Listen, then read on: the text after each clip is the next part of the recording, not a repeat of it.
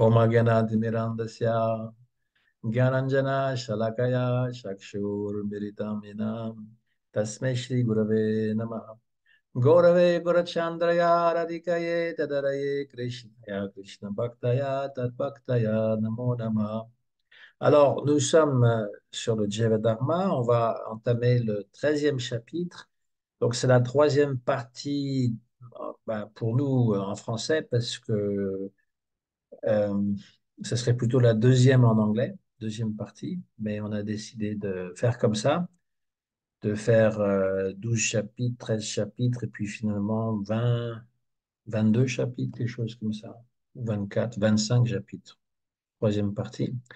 Alors, c'est pas encore imprimé sur papier, c'est traduit, ça a été mis sur le site de purebhakti.com, donc faut regarder, et puis en français télécharger. Moi, j'ai pas pu l'imprimer parce que le lire sur mon téléphone, c'est écrit beaucoup trop petit pour mes yeux.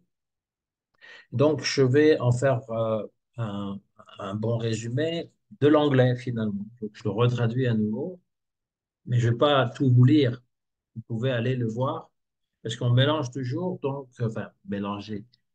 Srila Bhaktivinoda Thakur écrit, il écrit à la fois des histoires qui progressent et il incorpore la philosophie. Donc l'aspect de l'histoire, je ne vais pas ce soir trop insister là-dessus. De toute façon, c'est toujours ce Brajanat, donc qui est un logicien de formation et qui a été attiré par Mahaprabhu parce qu'il a entendu dire que Mahaprabhu était un expert en logique et qu'il avait même écrit un livre de la logique. Alors pour nous, c'est ça, c'est pas très parlant le Nyaya parce que on n'est pas habitué à ce genre de raisonnement, mais c'est très important dans les philosophies de l'Inde, hein, c'est le Shat Darshana, c'est-à-dire les six types de philosophie. Donc euh, euh, on a le Sankhya et le yoga qui sont combinés, ces deux écoles qui sont combinées ensemble. On pourrait dire que le Sankhya est la doctrine, euh, le côté de plus exposé philosophique, et yoga, c'est la pratique.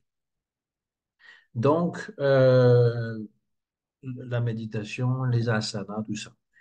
Et les deux prochaines écoles, donc c'est le Nyaya, Vaishishika. Donc, Nyaya, c'est l'utilisation de la logique pour résoudre tous les problèmes. Et, euh, et le Vaishishika, c'est toute la théorie aussi qui est en lien avec le Nyaya, qui explique la création par les atomes, la combinaison des atomes. Et ensuite, les deux dernières écoles, ce sont des Mimamsa, des réflexions. Donc, Purva Mimamsa, enfin, c'est de l'exégèse, ni plus ni moins, c'est-à-dire on étudie les textes védiques, les samhitas, mais surtout les commentaires des commentaires pour essayer de comprendre le dharma. C'est tout centré sur le dharma. Et finalement, on a le Uttaramimamsa qui s'appelle aussi Vedanta. Qu'est-ce qu'on appelle Vedanta? Eh bien, c'est trois socles du Vedanta. Euh, Prasthana, Triprasthana, Prasthana, c'est un socle, hein, voilà. Et on a donc les Upanishads qui sont Vedanta, Veda, Anta, la fin des Vedas, parce que ce sont de la Shruti, tout ce qui a été révélé, la révélation. Après les quatre Samhitas, Rik, Yajur, Atharva et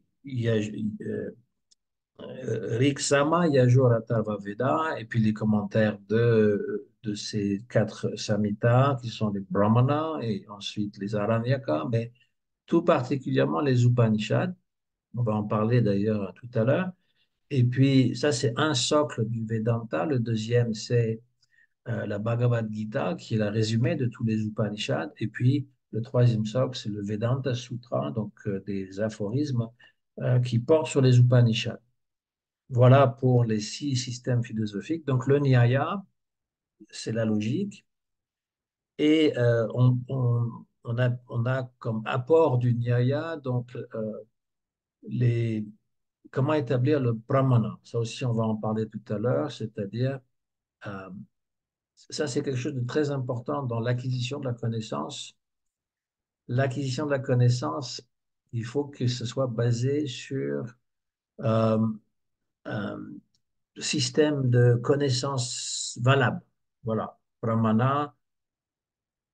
Sur quoi est basée la connaissance? Par exemple, je donne un exemple comme ça, tiré du chapeau. Quelqu'un raconte une histoire, enfin, quelqu'un répète une vérité qu'il a entendue, euh, je sais pas moi, que Poutine va envahir la France, c'est ça, c'est son idée. Et donc ça, il faut pouvoir donner la preuve de cette connaissance.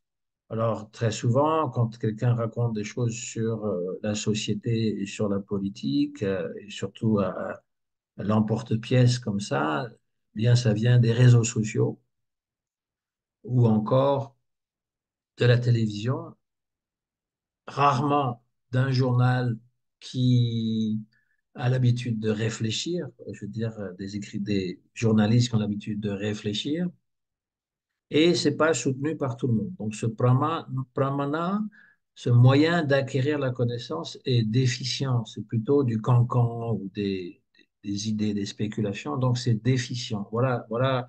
En gros, on va y revenir parce que ça fait partie du premier Dashamula. Et le Nyaya, il nous a apporté beaucoup d'autres choses. Et à l'époque de Chaitanya Mahaprabhu, il y avait ce qu'on appelle le Nava Nyaya, c'est le nouveau Nyaya. Et il y avait des compétitions entre les érudits de logique. Et Chaitanya Mahaprabhu, qui était connu à l'époque comme Nimai Pandit, avait une école de Nyaya et de grammaire. Les deux sont souvent associés. Et c'était très prisé par les intellectuels. Donc, Brajanath, il était intéressé à connaître ce qu'avait écrit Chaitanya Mahaprabhu, mais on lui a dit, quand il est revenu de Gaya et qu'il a rencontré son maître spirituel, qui s'est fait initier avec le Gopal Mantra, il est devenu complètement fou, intoxiqué par l'amour divin, que quand il est rentré, il n'arrivait plus à enseigner sans parler de Krishna. Tous les exemples venaient de Krishna, et puis il a jeté le livre qu'il avait écrit sur le Nyaya dans le Gange. Donc, c'était plus disponible, et donc Brajanath, qui était intelligent, il a dit bah, il doit avoir quelque chose de plus important pour qu'il l'ait jeté. Et de fil en aiguille, il s'est converti. Il est allé voir les Vaishnavas à Godrum, qui est en face de Mayapur, et il s'est converti au Vaishnavisme. Bon, voilà pour l'histoire de Brajanath. Et son gourou, c'est donc Raghunath Das Babaji, qui était un disciple de Raghunath Das Goswami.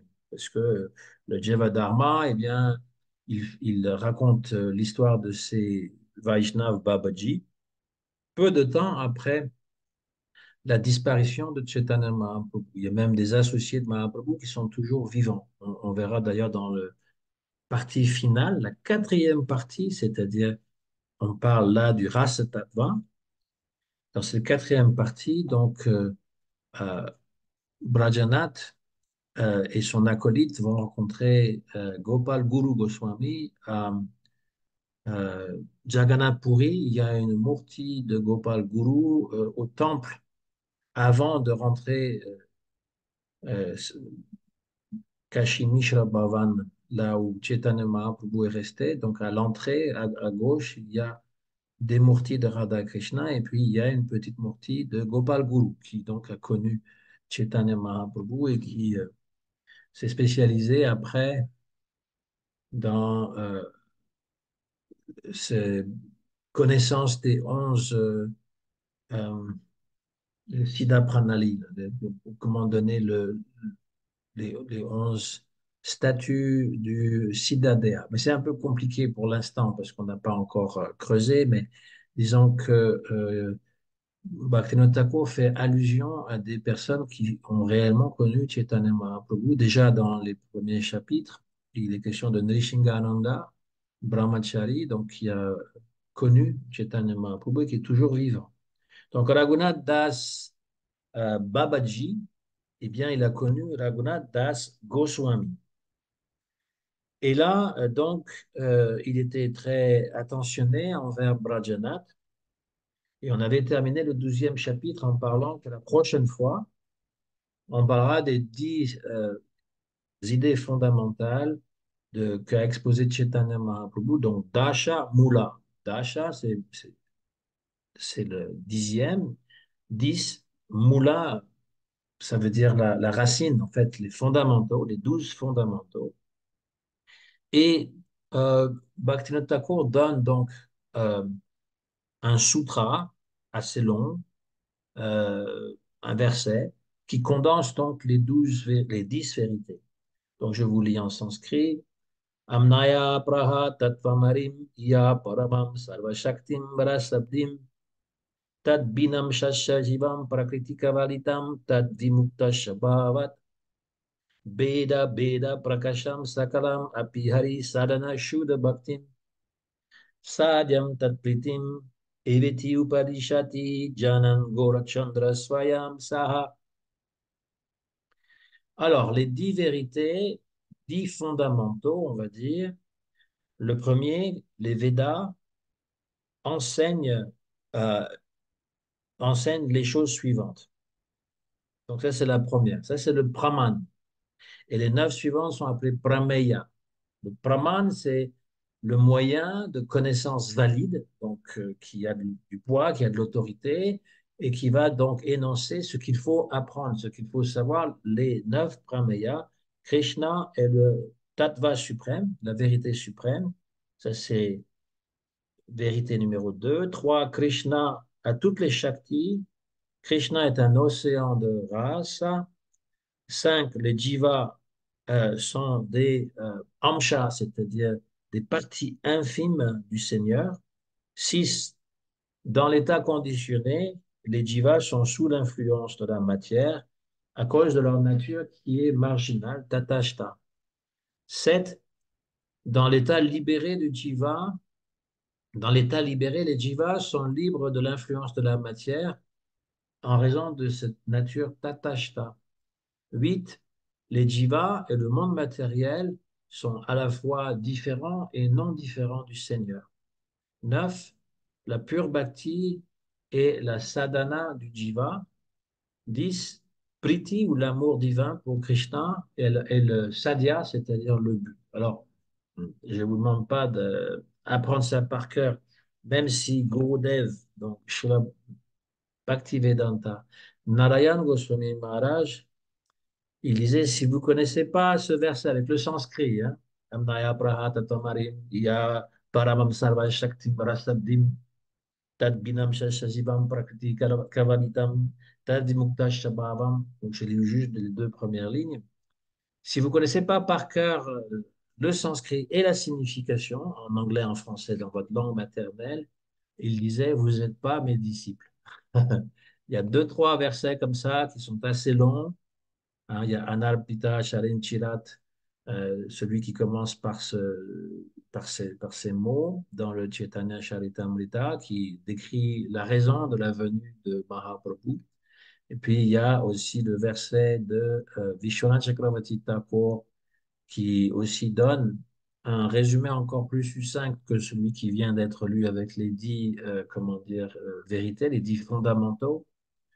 Radio Bhagavan Brajeshatanaya Dhamma Vrindavana Ramya Kachit Upasana Brajavadu Vargina Vakalpita Shrimad Bhagavatam Mamalam Puranam Prema Pumarato Mahan Shri Chaitanya Matamidam euh, et j'ai oublié la fin, Matra Dareta Napara, quelque chose comme ça, parce que les longs versets, j'ai du mal, il faut que je les relise toujours, mais ce sont donc, qu'est-ce que Chaitanya Mahaprabhu a enseigné? Eh bien, que nous adorons Krishna. C'est Krishna exclusivement. Krishna, pourquoi? Parce qu'il est Bhagavan, il est le Seigneur suprême. Mais nous adorons Krishna à Vrindavan, pas le Krishna de Mathura, pas le Krishna qui est à Dwarka, pas le Krishna de la Bhagavad Gita, le Krishna à Vrindavan, donc qui est un jeune pâtre. Et Ramya Kachit Upasana, la meilleure adoration, c'est Vrajavadu Valkapita, c'est-à-dire les jeunes demoiselles de Vrindavan, les gopis. Ce sont elles qui adorent le mieux Shri Krishna. Donc, nous vénérons Krishna et Radha et les gopis à Vrindavan. Voilà les premières vérités, les premières euh, euh, articles de foi, n'est-ce pas, que Chaitanya Mahaprabhu nous a transmis. Et pourquoi est-ce que on dit ça? Quelle preuve il y a? euh, le Brahman, Srimad Bhagavatam Pramanam Amalam. C'est le Srimad Bhagavatam qui est considéré comme le pramana ou le moyen de connaissance valide parce qu'il est amala pur, sans sans aucune imperfection. Prema Puma Harto Mahan, et il enseigne comme euh, le but de l'existence suprême, le prema, l'amour fou pour Dieu. Shri Chaitanya Mahaprabhu Mataridam, c'est ce qui est de Shri Chaitanya Mahaprabhu nous a donné, Matadaram Tapara. Et j'ai retrouvé les mots. Voilà. Ça, des fois ça part, des fois ça revient. Donc ici, c'est plus détaillé, on va dire. Et on commence donc par Amnaya, qui est le Pramana. Alors, pourquoi je dis moyen de connaissance valide?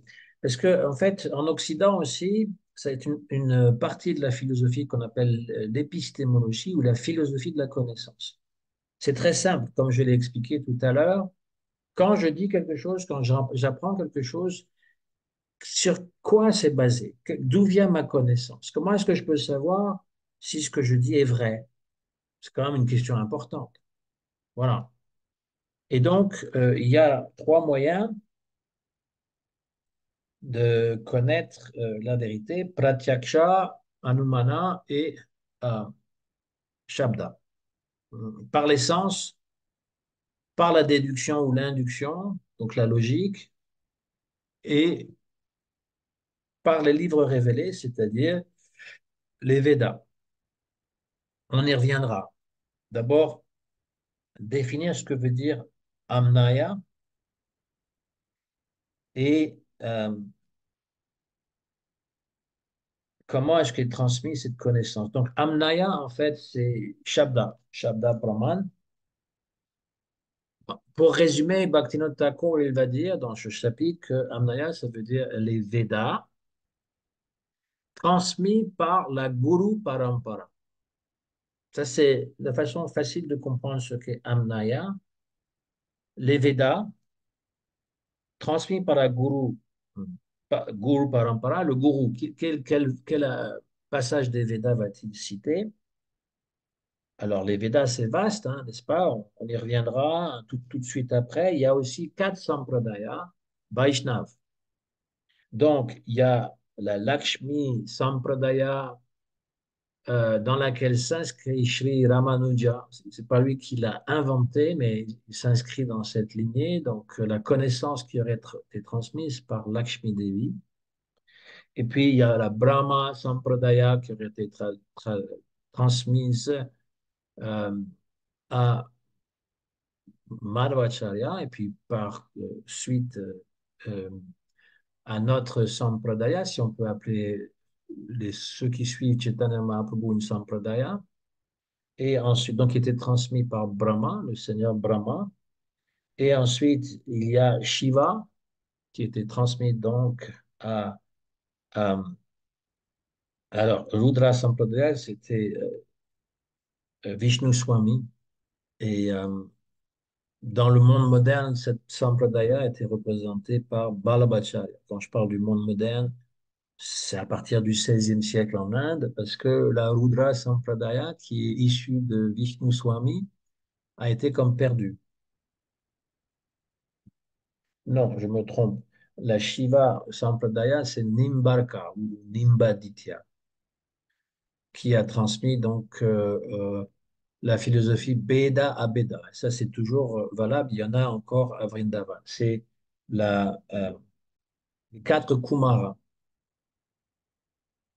Si je ne m'abuse. Peut-être, oui, Kalkumara. Alors, il faut que je revérifie si c'est Kalkumara. Voilà, en tout cas, il y a Vishnu Swami, il y a Nimbaditya, Madhva et Ramanujacharya. Voilà. Je vais vérifier hein, si c'est.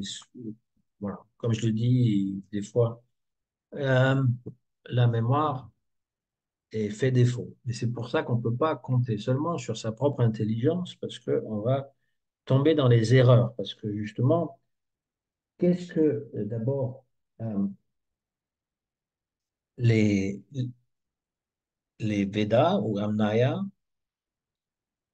eh bien, selon les gourous, dans la Sampradaya qui est la nôtre, c'est des passages du Rig Veda, du Sama Veda, euh, peu du Yajur Veda et de l'Atharva Veda, mais du Rig Veda, on a le Purusha Sukta, on a les quelques versets dédiés à Vishnu, comme Om Tat Vishnu Paramam Padam Sadapashanti Suraya. On a aussi le Gayatri Mantra, le Brahma Gayatri qui commence par Om Bhur Bhuva Swa. Et ensuite, on n'a pas vraiment des textes qui nous sont transmis directement des brahmanas. Peut-être certains brahmanas qui ressemblent à des Upanishads, comme euh, Shatapatha Brahmana.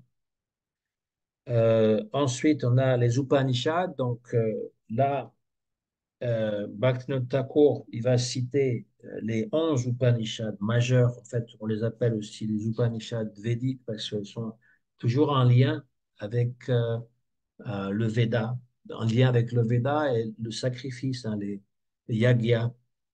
Donc, ce sont Isha Upanishad, on l'appelle aussi Ishopanishad, Kena Upanishad, Kata Upanishad, Prashna, Mundaka, Mandukya, Tetiria, Aitareya, Chandogya, Brihad Aranyaka et Shveta Shwatara Upanishad.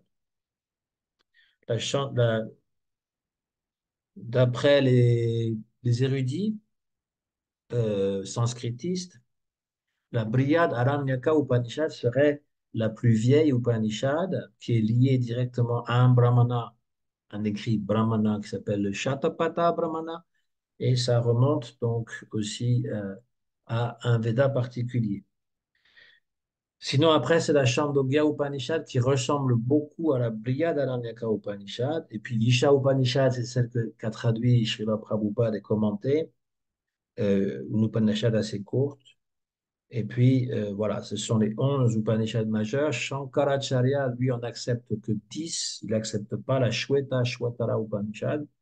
Probablement parce que c'est une Upanishad théiste et il considère que tout ce qui parle de Isha, de Dieu, la personne suprême, parce qu'on parle du Purusha dans la Shweta Shwatara Upanishad, ça s'appelle Saguna Brahma, c'est-à-dire le Brahman qui est inférieur, parce que pour lui, le Brahman supérieur, Parabrahma, eh bien, est invisible, est innommable, est incompréhensible. Et donc, c'est toutes des mots négatifs qu'on utilise pour le décrire. C'est ce qu'on appelle aussi la théologie apophatique, c'est-à-dire qu'elle ne peut que nier tout ce qui n'est pas le Dieu suprême. Donc, Shankaracharya, il aimait bien citer de la Brihad Aranyaka Upanishad, ce neti, neti, n'est-ce pas? Ce n'est pas ceci, ce n'est pas cela. Et donc, il favorisait ce qu'il appelle Nirveshesha Brahma, non manifesté, le Nirguna Brahma, donc il est inqualifié, et on ne peut rien dire de lui, comme supérieur, mais pour aider ceux qui voulaient arriver éventuellement euh, ce Parabrahma ou Nirguna, Nirvikara, Nirvishesha Brahma, eh bien, on pouvait s'aider de la Murti, des avatars, qui étaient des représentations de ce Parabrahma et qui, ultimement, devaient être donc mis de côté pour s'absorber dans le Parabrahma. Ça, c'est vraiment Shankaracharya, donc il n'accepte pas la Shweta Shatara Upanishad, qui parle d'un Dieu personnel. Euh, Tam Ishwaranam Paramam Shadevatam, hein, donc parmi tous les dieux, le Seigneur suprême est Parameshwara, Parama Ishwara.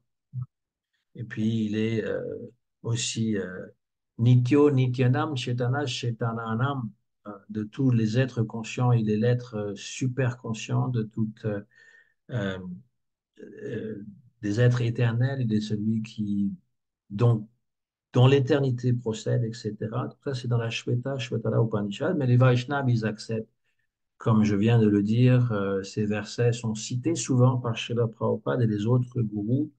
Et puis, dans la liste, Srila Bhaktivinoda Thakur, donc, par le biais de Babaji, Raghunath Das Babaji, inclut aussi la Gopal Tapani Upanishad et la Nrishinga Tapani.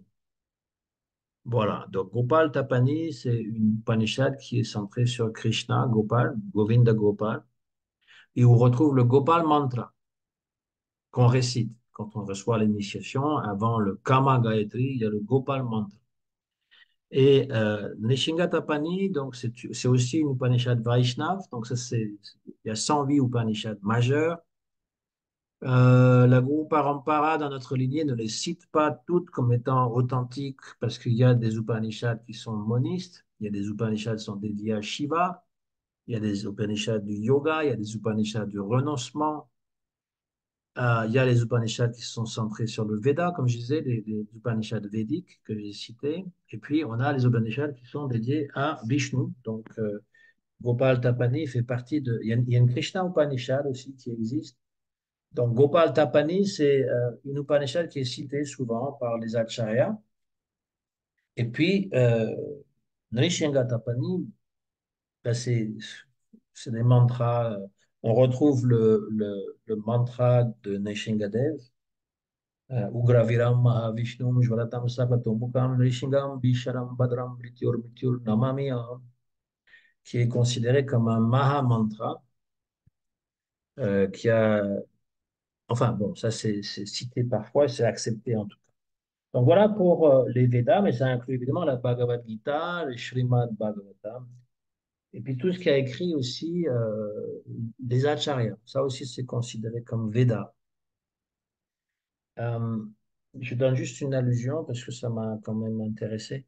Euh, Quand Srila Bhaktisiddhanta Sarasvati a quitté ce monde, il y a eu deux factions différentes.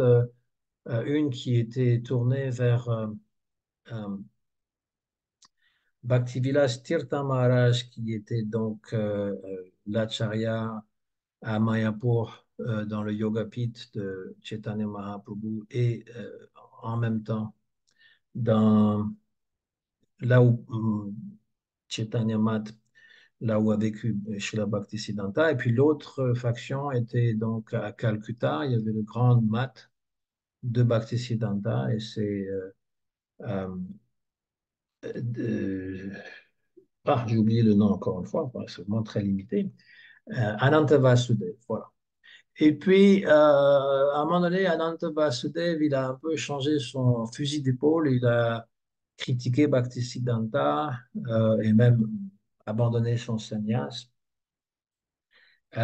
Et il a eu une discussion avec Srila Bhakti-Rakshak Sridhar Goswami Maharaj, dans lequel Ananta Vasudev, il a dit que les noms du sannyas, les 108 noms de sannyas, qui ont été donnés par Srila Bhaktisiddhanta, enfin disons qu'il a donné les noms à différents de ses disciples pour le sannyas, ils ont été inventés. C'était les 10 noms de sannyas qui commencent par Sarasvati, et puis on a aussi les Puri, et puis les Tirtha, et puis les Aranya, et puis etc. C'était les 10 noms autorisés. Srila Bhakti-Rakshak Srila Goswami, il a répondu, oui, mais tu as toi-même citer un passage de védique où ces 108 noms sont listés. Donc on peut les trouver, hein, moi je les ai, hein, les 108 noms qui sont listés, et puis il y a le nom d'une écriture védique. Et Ananta Vasudev, il a répondu, en fait, c'est nous qui l'avons inventé. Bhaktisiddhanta et moi, on a simplement mis un nom d'une écriture fictive pour authentifier finalement ces 108 noms. Alors, ça peut poser problème quand on dit Shabda, Pramana, seulement les écritures révélées.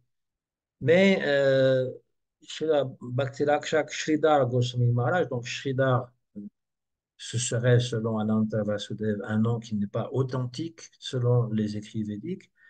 En entendant que Ananta Vasudev disait que ça avait été inventé par Srila Bhaktisiddhanta, Il a répondu, mais l'autorité, enfin, mais la parole du gourou fait autorité aussi. Ça, c'est important. On dit souvent Guru Shastra Sadhu.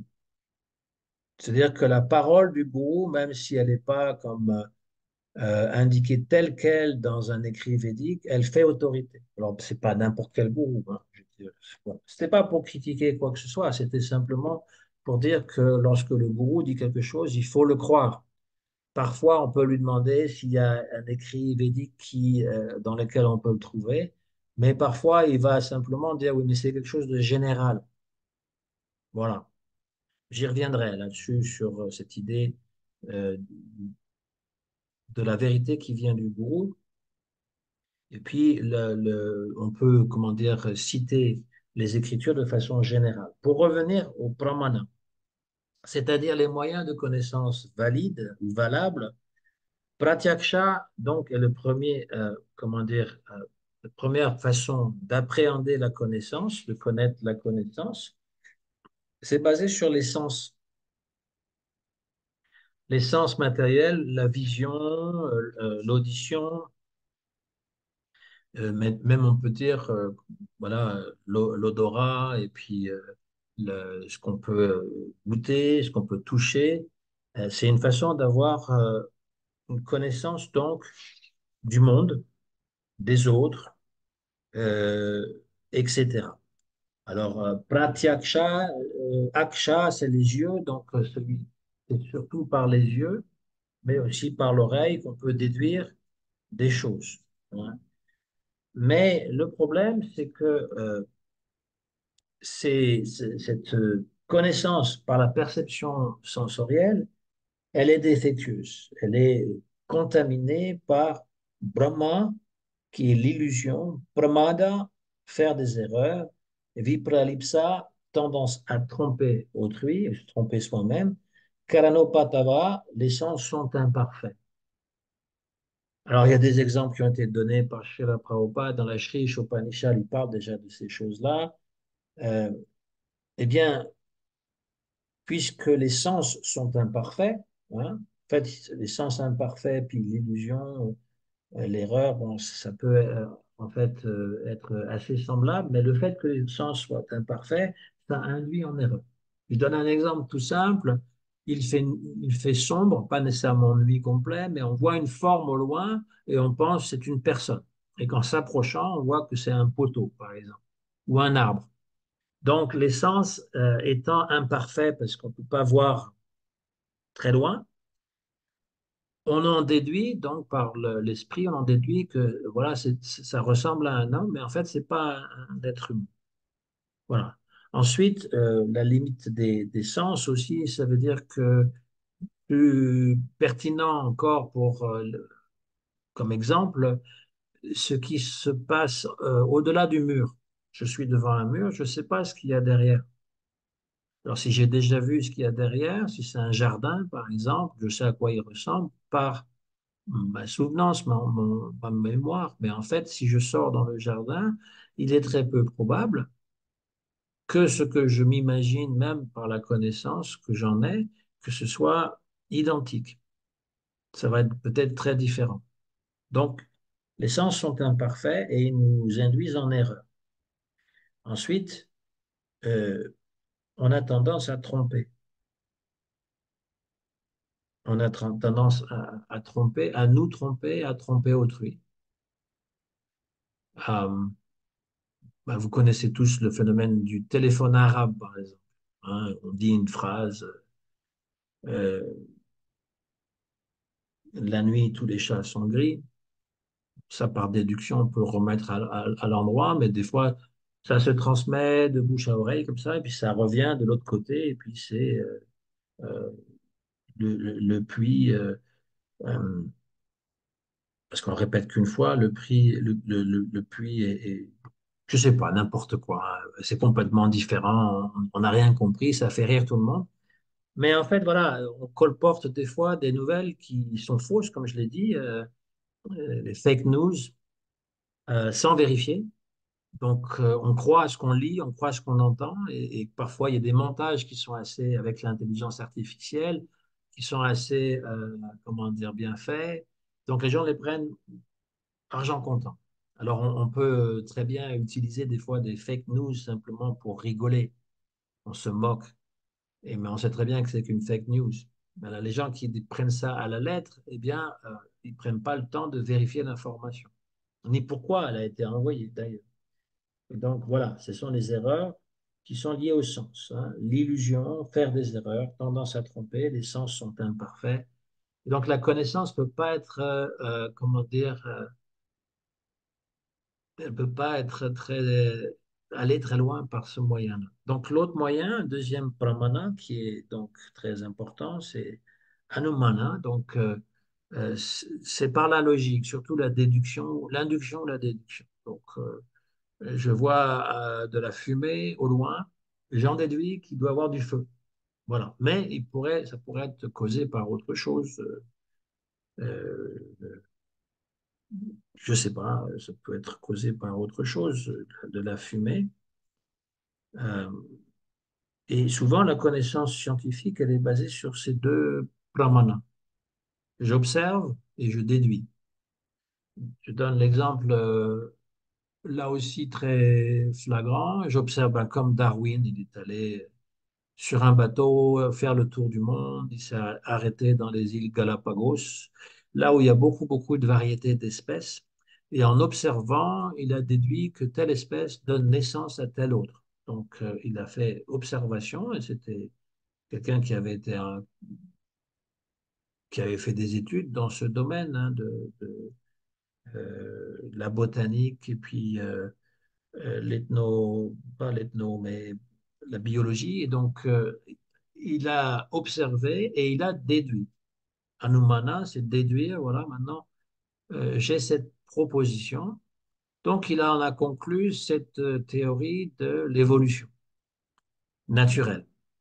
Mais ça s'appuie sur rien d'autre que ça, sur l'observation et la déduction. Il n'y a pas d'autre preuve que ça. Donc, on peut très bien critiquer, en dire, mais non, moi, je ne perçois pas la chose de cette façon-là, parce que la logique, elle a ce mérite et ce démérite que si on a des arguments, on peut défaire tout un système basé sur la logique, sur la déduction. C'est le principe de la philosophie que un philosophe n'est philosophe que s'il peut montrer les limites des systèmes précédents et donner le sien. Voilà. Un autre exemple, c'est cette croyance, parce que c'est une croyance en fait, euh, du Big Bang. Voilà. Donc, tout le monde aujourd'hui est convaincu que l'univers s'est créé par une explosion, voilà, un Big Bang. Et après des milliards d'années d'évolution, il y a eu donc les premières apparitions sur la Terre.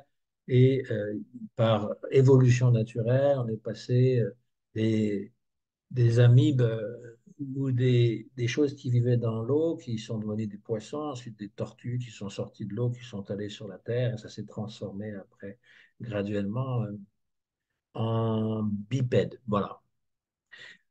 Mais le Big Bang, c'est basé sur une observation, donc par les télescopes, des astronautes, pas des astronautes, des astrophysiciens et des astronomes. Ils ont vu que sur chaque galaxie, donc des amas d'étoiles, il y avait une coloration rouge au bord. Et selon le spectre de la lumière, eh bien, donc voilà, ça c'est l'observation. La déduction, c'est que selon le spectre de la lumière, un objet qui apparaît bleu, c'est quelque chose qui s'approche de nous, et puis un objet qui est coloré ou qui, donc aux alentours, est rouge, ça s'éloigne. Donc c'est une déduction que s'il y a une coloration rouge, donc ça veut dire que les étoiles ou les galaxies s'éloignent les unes des autres, donc en expansion mais toujours par déduction, par logique. Donc, si on remonte le temps, un peu comme si on mettait un film à l'envers, on voit que toutes les jambes marchent à l'envers, eh bien, ça se rétracte jusqu'à devenir juste un point minuscule comme un atome et même plus petit. Donc la force de la gravité est telle que, paf, eh bien, ça éclate. Voilà. Mais c'est simplement basé sur l'observation et la déduction. Il n'y a pas d'autre preuve que ça. Et donc, on peut très bien dire que la coloration rouge autour des galaxies est causée par autre chose que cette déduction que les galaxies s'éloignent de nous. Le problème, c'est que la majorité des gens, ils croient ces choses-là parce que c'est des personnes savantes. Donc ça, c'est un autre pramana, c'est l'autorité des scientifiques ou l'autorité des munis qui le disent, on va la croire. On appelle ça apta, quelqu'un qui est apte à, n'est-ce pas? On peut le traduire comme ça, mais ça, c'est le mot sanskrit apta qui peut, l'habilité, la reconnaissance euh, intellectuelle de la personne. Ça devient des autorités. Les gens le croient comme s'il s'agissait d'une religion, en fait. Ils le croient sans poser de questions. Personne ne questionne l'évolution des espèces ni le Big Bang. Voilà. Donc, ce n'est pas suffisant comme pramana. Si on veut avoir vraiment la connaissance qui va être pertinente pour nous en tant qu'êtres humains. Voilà. Donc, par contre, Pratyaksha et Hanuman sont nécessaires, Hanumana, que quelqu'un m'a critiqué en disant c'est le singe Hanuman, mais c'est pas pareil, c'est Hanuman avec un H aspiré et il n'y a pas de A à la fin, là, c'est Hanumana. Donc c'est pas tout à fait la même prononciation, ça s'écrit pas pareil. On a besoin des deux. On a besoin de Shabda Brahman, mais on a besoin, c'est-à-dire l'écriture que je vais citer, les exemples, Bhagavad Gita, Upanishad, Srimad Bhagavatam, les écrits, les commentaires du gourou, de la Guru Parampara, mais c'est par les sens qu'on l'acquiert, c'est-à-dire en lisant, en écoutant, euh, et puis ensuite c'est par une certaine forme de logique, c'est-à-dire qu'on pose une question, quand on comprend, ça s'assimile, n'est-ce pas? Puis on va cogiter, on va méditer, on va ruminer sur une question et on va finalement la comprendre de plus en plus. Donc on en a besoin, mais c'est quand même basé sur Shastra, mais aussi Guru Sadhu, c'est-à-dire que tel Shastra va nous dire un truc et puis il faut l'interpréter parce que des fois, c'est pas clair. Il faut que quelqu'un nous l'explique et l'interprète. Alors, l'interpréter, ça ne veut pas dire déformer, c'est-à-dire donner la conclusion juste. Voilà. Et les sadhus vont aussi confirmer ce que le gourou a dit. Donc, c'est très important quand le gourou parle, il ne parle pas tout seul, il parle basé sur les shastras et basé aussi et confirmé par les sadhus. Si lui est tout seul, ça ne marche pas non plus. Voilà, il faut bien comprendre ça. Les gens qui disent je n'ai pas de gourou, je ne suis pas dans une lignée disciplique, il faut se méfier de ce qu'ils disent parce qu'il manque quelque chose. C'est pas juste le gourou, c'est guru parampara. Ça, c'est ce qu'on appelle amnaya. Donc voilà déjà le premier point.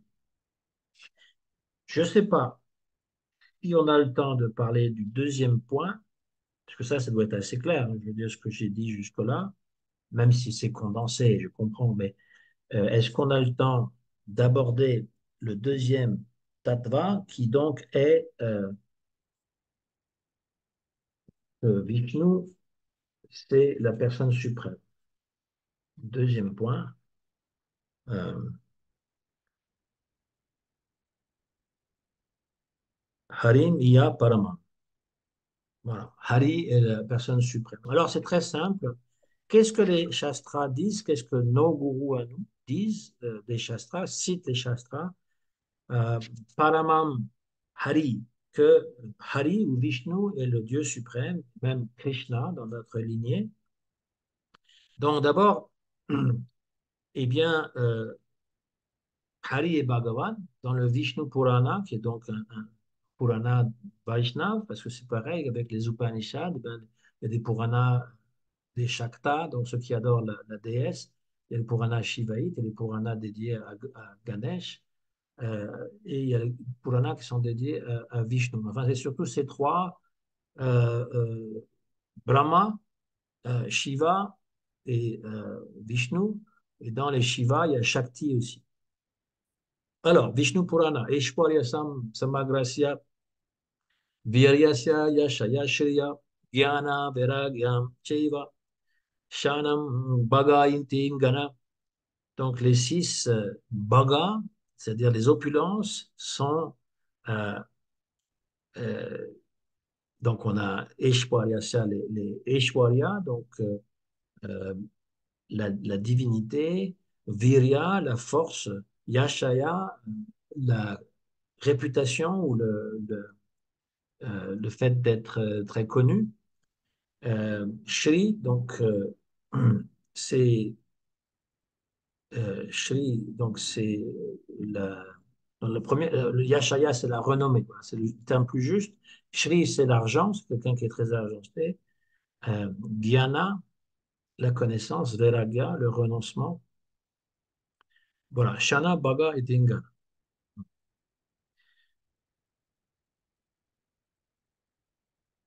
Alors, ces six, ces six descriptions donc, décrivent en général euh, Vishnu, celui qui possède en plein, comment dire, en plénitude tous ces six attributs. On l'appelle Bhagavan. Quand il y a que Jnana et Vairagya, c'est la Swarup du Brahma, c'est-à-dire que c'est Vishnu seul, Brahman, qui est l'effulgence en fait du monde spirituel, mais il est dénué de toute forme. Mais s'il y a euh, les, les autres attributs, eh bien, on parle de Paramatma, qui est l'âme suprême, et Bhagavan. Bhagavan qui est surtout décrit pour sa beauté. On nous dit que Bhagavan, donc par son Eshwarya et son Virya, va créer le monde matériel, et après l'avoir créé, il va rentrer comme une émanation en tant que Vishvarupa. Donc, il se manifeste, il rentre dans le monde matériel, il devient Garbhodakshayi Vishnu, et puis la Vishwarup, qui est la manifestation de l'univers entier, et il rentre aussi, encore une fois, dans chaque atome, dans chaque être vivant. Donc, comme on appelle ça parfois Paramatma, mais Paramatma, ça décrit à la fois Mahavishnu, qui est Karunadakshayi Vishnu, et puis Garbhodakshayi Vishnu, et puis Kshirodakshayi Vishnu, l'âme suprême. Mais il ne se divise pas, il ne va pas se couper en morceaux et puis perdre de sa puissance. Donc on lit ce mantra qui est à la fois cité dans la Brihad Aranyaka Upanishad et la Isha Upanishad. Om Purnamada Purnamidam Purnat Purnamudachyate Purnasya Purnamadaya Purnamevavashishyate. Donc si Bhagavan, il est un, on soustrait un de un, ça donne toujours un. C'est pas comme les mathématiques de ce monde où si on soustrait un de un, eh bien, il reste zéro. Ou si on multiplie ou si on additionne un par un, ça donne deux. Mais dans ce cas spirituel, ça donne toujours un. Si on le multiplie, bon, de toute façon, dans les mathématiques, une fois un, ça fait un, c'est sûr. Mais disons que toutes les subtractions euh, les ajouts qu'on peut faire, à Bhagavan qui est un reste toujours un parce qu'il est complètement spirituel, ce qui est différent dans le monde matériel.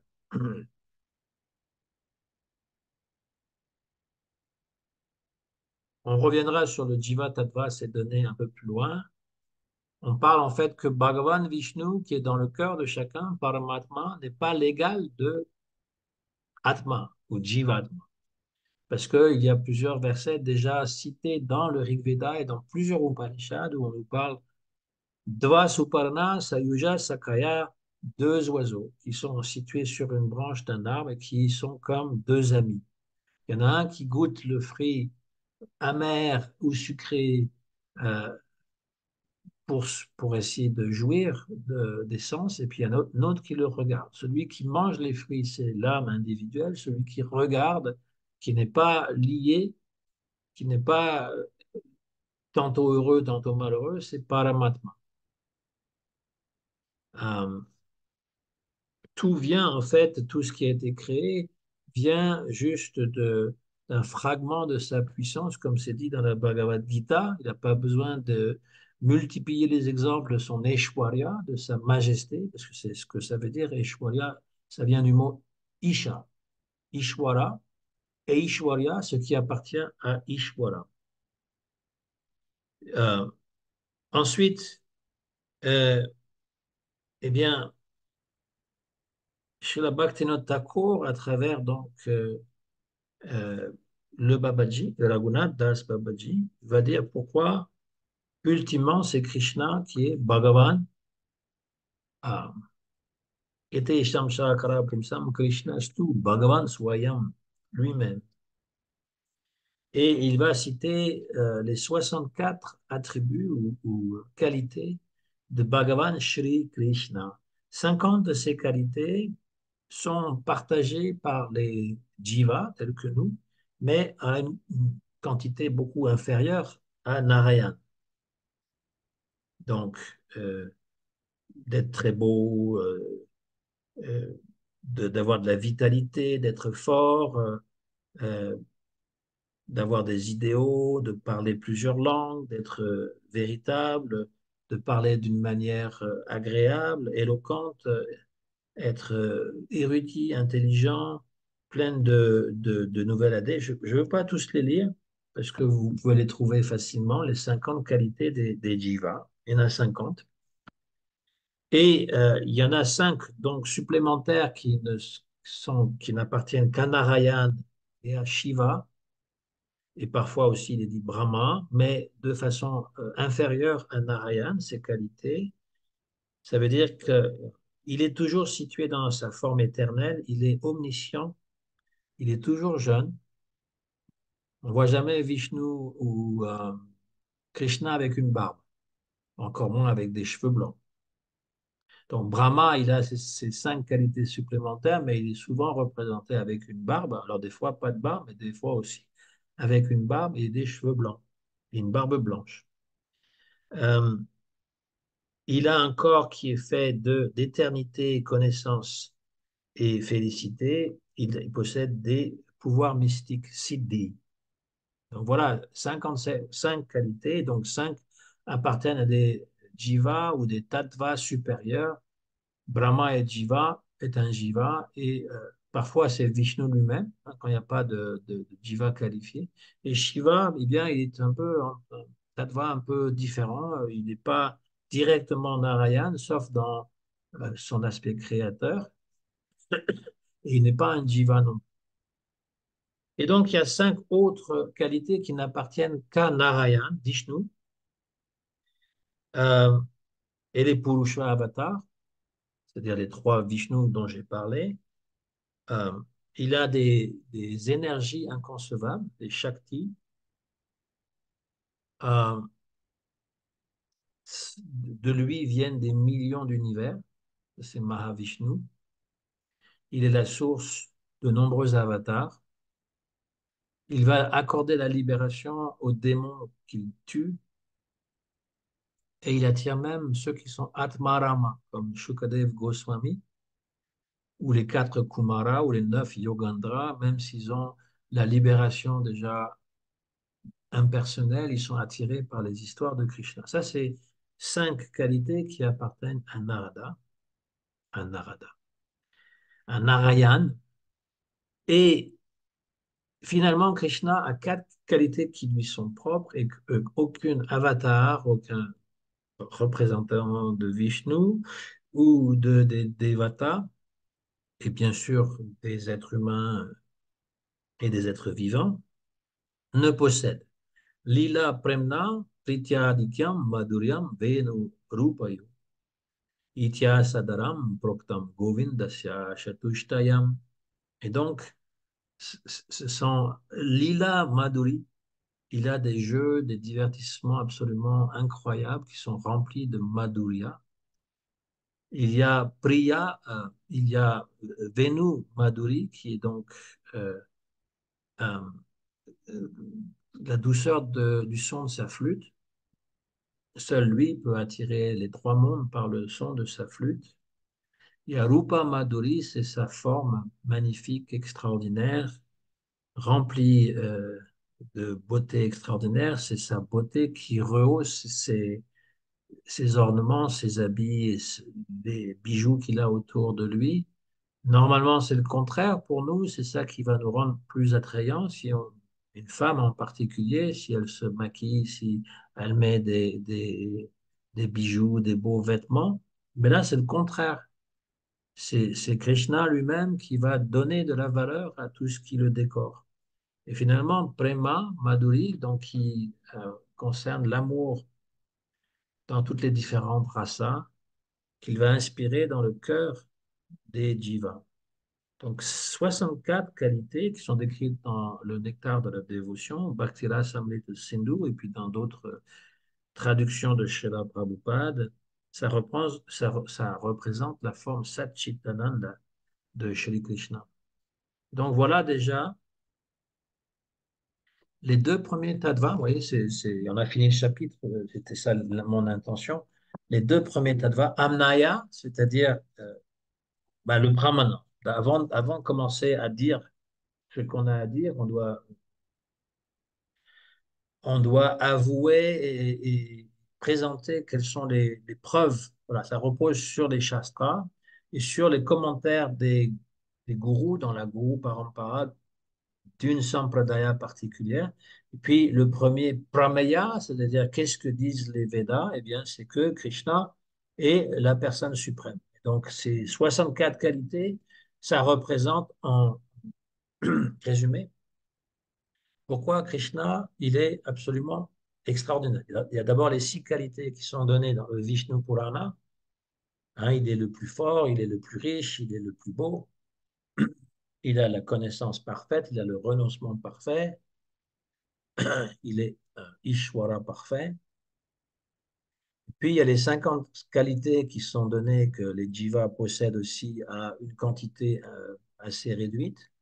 Les 5 autres qualités qui sont attribuées à Narayan et à Shiva et à Brahma, mais d'une manière moindre que chez Narayan. Puis il y a les 5 qualités supplémentaires. Donc là, on est rendu euh, à Narayan, euh, qui donc a des qualités, donc 50 plus 5, 5, ça fait 60. Et les 4 dernières qualités qui sont donc Rupa, Venu, euh, Lila, Prema. Et ça, seul Krishna possède ça. Donc voilà ce que les Védas, surtout interprétés ou lus par les grands acharyas, à commencer par Chaitanya Mahaprabhu, nous disent. Voilà. Donc il n'y a rien de nouveau, mais en même temps, voilà, c'est bien de savoir qu'il y a 10 principes fondamentaux exposés par Chaitanya Mahaprabhu. Voilà. Donc, moi, j'ai terminé avec cette présentation-là. C'est le 13e chapitre qu'on vient de terminer. Si le cœur vous en dit, vous pouvez relire ce, ce chapitre, donc là où j'ai donné le lien sur Pure Bhakti, il faut appuyer sur la version française et vous savez tout ça. Euh, sur l'ordinateur, ça se lit beaucoup plus facilement que sur le téléphone. Vous pouvez aussi vous aventurer à lire le prochain chapitre, donc qui parlera des Shaktis, c'est-à-dire des énergies du Seigneur. En gros, les 3 Shaktis principaux, il y en a une qui est la source de tout, hein, qui représente Srimati Radharani, et puis après des Shaktis pour le monde spirituel, pour le monde matériel, et puis pour les Jivas, Tata Shakti. Voilà. Donc s'il y a des questions ou des commentaires, ben, vous pouvez maintenant vous exprimer. Oui, Madhurya, ça veut dire quoi? Ben, il y a Aishwarya et Madhurya. Donc Aishwarya, c'est la seigneurie de Dieu, le côté majestueux, le côté impressionnant. On voit dans l'Ancien Testament, par exemple, comment Dieu est tellement majestueux que simplement le voir peut faire mourir. Voilà. Ça, c'est Aishwarya. Donc, on est dans un sentiment de respect, etc. Dieu est Dieu, etc. Madhurya, c'est avec la proximité, c'est tout. En fait, Madhura, ça veut dire la douceur, mais la douceur au niveau relationnel, on va dire, pas la douceur au niveau du goût, comme serait une pâtisserie, mais la douceur au niveau relationnel, ce qui va nous émerveiller par son côté rempli d'amour et des divertissements et les relations qu'il peut avoir avec ses dévots. Et donc, tout ce que j'ai cité comme Rupa, il a une forme tellement belle qu'elle va même attirer la nature. Et surtout la flûte, lorsqu'il joue de la flûte, eh bien, la rivière arrête de couler, les vaches, les veaux arrêtent de se nourrir de lait, les vaches arrêtent de brouter, de mâcher. En écoutant leurs oreilles vont se tourner comme ça, comme pour accueillir le son Mhm. de, de, de la flûte. Les animaux et les objets sont captivés et les êtres humains, eh bien, encore plus, dans les différentes raças, dans les différentes relations qu'ils ont, ils vont être attirés par la douceur de la flûte, par le charme. Voilà, c'est aussi une façon de le traduire, une forme charmante et puis une flûte envoûtante. Et ces lilas, ces divertissements, ces jeux qu'il a avec les différents dévots sont aussi remplis de douceur et d'amour. Voilà, c'est ça la différence entre Aishwarya et Madhurya. Et ça, juste Krishna, il a cet aspect. Envoûtant, charmant, son nom parfois est traduit par infiniment fascinant. On n'a pas peur de Dieu. Dans Aishwarya, on peut avoir peur de sa grandeur, sa majesté, sa transcendance. Mais dans Madhurya, on n'a pas peur, on est rempli d'amour Mhm. pour Krishna. Mhm. D'accord. Et vous savez pourquoi il joue de la flûte et pas d'un Et autre pas de la instrument? harpe. Euh, Oui. bah, il n'y a pas d'explication rationnelle. C'est l'instrument qu'il utilise pour attirer donc à lui, mais il sait jouer de tous les instruments. Voilà, il n'est pas limité à juste la flûte. Mhm. D'accord. Merci. Mhm. Voilà, autre chose? Oui, je voudrais savoir, tu as dit au début de la classe que, il y avait des contemporains de Mahaprabhu qui étaient toujours en vie. Non, j'ai dit que dans le Dharma, Bhaktivinoda Thakur, il fait intervenir des contemporains de Mahaprabhu dans son histoire. D'accord, ok. Qu'ils soient en vie aujourd'hui, ça, je ne sais pas du tout. Mais bon, c'est pas Mm, mentionné. Voilà. mhm, ok. Bah, Juste je pour vais les... montrer que, en fait, c'est situé dans l'histoire, une histoire qui est pas nécessairement fictive. En fait, certains yogis ou même Vyasadeva lui-même, ils sont toujours vivants, hein. J'ai oublié de donner la liste des différents gourous. Donc, les différents gourous, parce que ça, c'est aussi une source de praman. On n'est pas seulement des écrits, c'est aussi dans quelle filiation on se trouve. Il y a les quatre sampradayas, mais il y a aussi la Guru Parampara. Je l'ai juste dit, mais j'ai pas. Donc il y a la liste. Des fois, on le chante, la liste. Il y a d'abord Narayana ou Krishna qui donne sa connaissance à Brahma, Brahma qui donne à Narada Muni, Narada Muni qui donne à Vyasadeva, Srila Vyasadeva qui donne à Shukadev Goswami.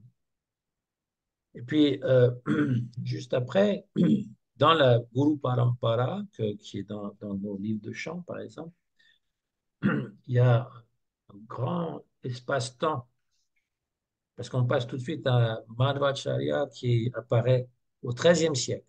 Donc, pendant 4000 ans, on n'a pas mentionné les gourous. Mais la raison est simple, c'est qu'en fait, Madhvacharya, il est allé voir Vyasadeva dans les Himalayas parce qu'il vit toujours. Et il a reçu directement de Vyasadeva l'enseignement qui remonte à Brahma. Et même Madhvacharya, il a pris refuge dans les Himalayas à la fin de sa vie et il vit toujours dans les Himalayas. Il est né dans le XIIIe siècle, on est au XXIe siècle, donc il a plusieurs centaines d'années, et Vyasadeva, eh bien, plusieurs milliers d'années. Donc c'est possible. Voilà. Après la Guru Parampara, c'est tous les disciples de Madhvacharya jusqu'à Lakshmipati Tirtha. Et puis après, eh bien, on a Madhavendra Puri. Et c'est une autre. Là, on passe des Tirtha, parce que tous ceux qui sont dans la lignée de Madhvacharya sont d'après l'ordre Tirtha. Et là, on a Madhavendra Puri, qui est la source, l'arbre, enfin, je veux dire la racine de l'arbre de Chaitanya Mahaprabhu, et qui va livrer donc Bhakti Ras. C'est une autre forme de Bhakti, c'est Bhakti qui est basé sur les races.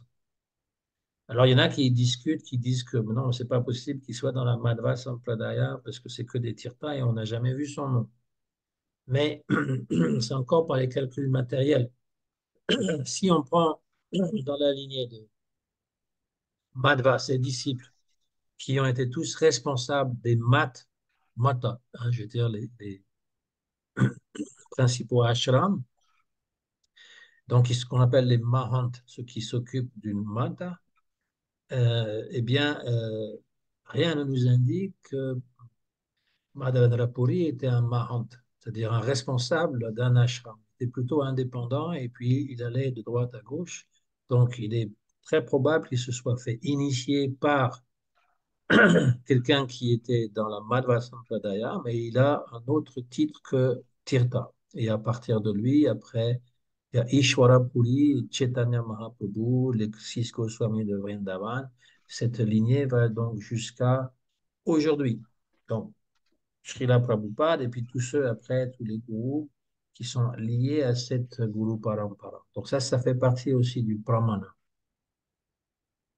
Et il y a des dévots qui peuvent, ou des munis qui peuvent vivre très longtemps. Donc, des associés de Mahaprabhu, voilà, c'est très possible, voilà. Mais c'est pas indiqué dans le Jevada. C'est pas indiqué qu'ils sont encore vivants aujourd'hui. On va pas jusque-là.